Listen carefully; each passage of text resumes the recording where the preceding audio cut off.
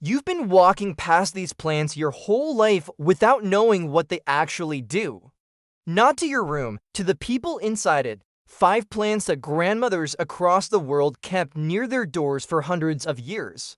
And nobody ever told you the real reason why. Not a crystal, not a candle, not something you ordered online at midnight, when your mind wouldn't stop and sleep wouldn't come, just a plant.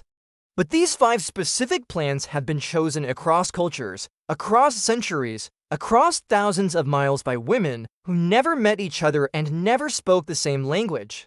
And every single one of them kept these same plants near their doors, on their windowsills, in the corners of their kitchens. They knew something we've almost completely forgotten.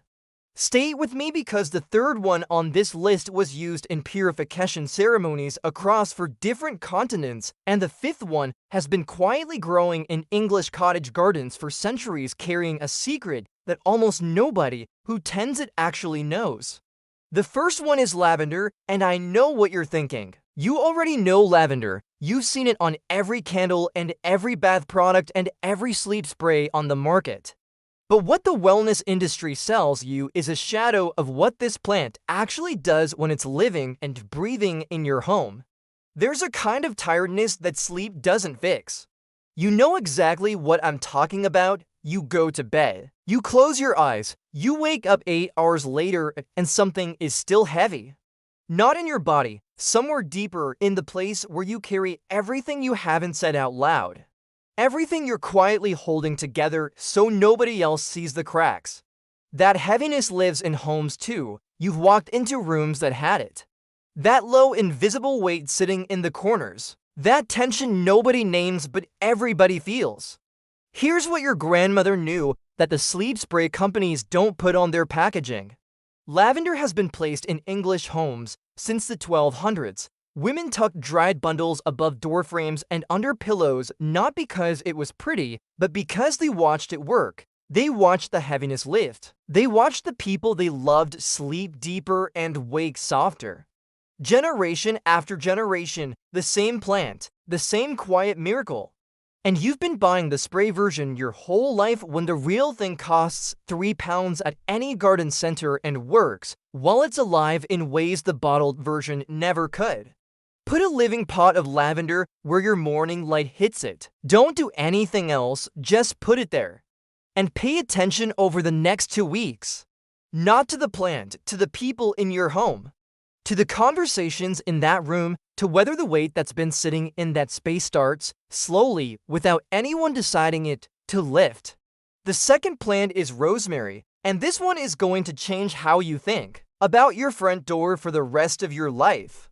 Think about the last truly hard day you had, not just tired hard. The kind of day where something happened, something was said, and you carried it home through your front door and it sat in your living room with you all evening. Invisible to everyone else, but you couldn't put it down. In medieval England, people planted rosemary outside their front door specifically because of days like that. They understood something we've lost completely. That your threshold matters, that what crosses it matters. That a home needs protection not from things you can see, but from the invisible weight people carry in from the world outside.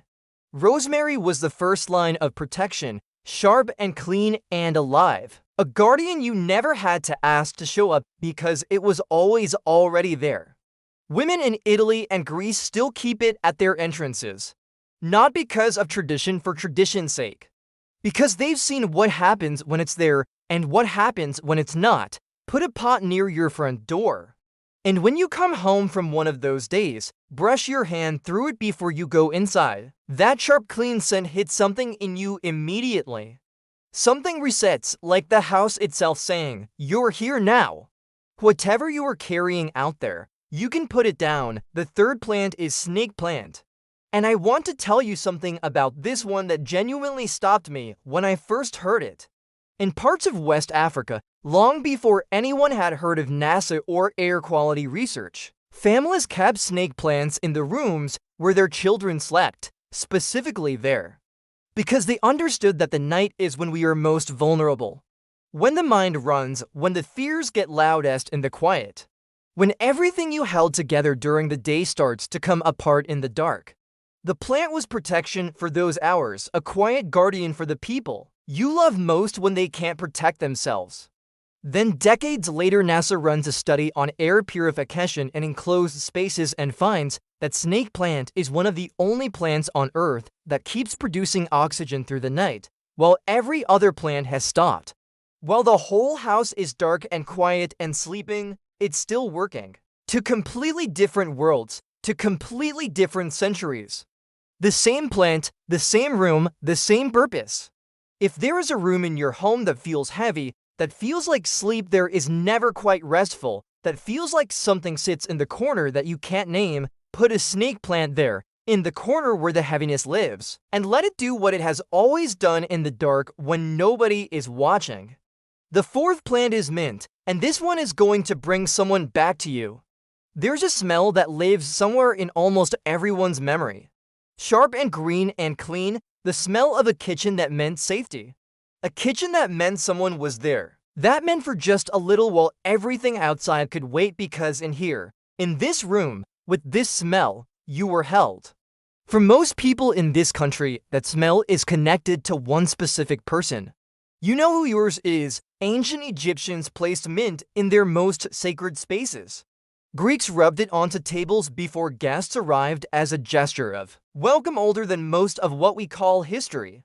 Across the Middle East, offering mint tea to someone entering your home is one of the oldest acts of hospitality that exists. Every culture that found this plant arrived at the same understanding independently.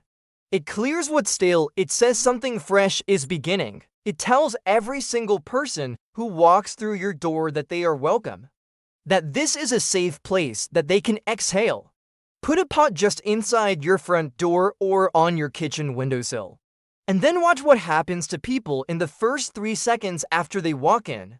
That small involuntary breath, that barely visible relaxing of the shoulders, that almost invisible moment where something lets go, that's not decoration. That's a human being feeling, just for a moment, that they've come somewhere safe. The fifth plant is jasmine, and I want you to hold someone in your mind while I tell you this.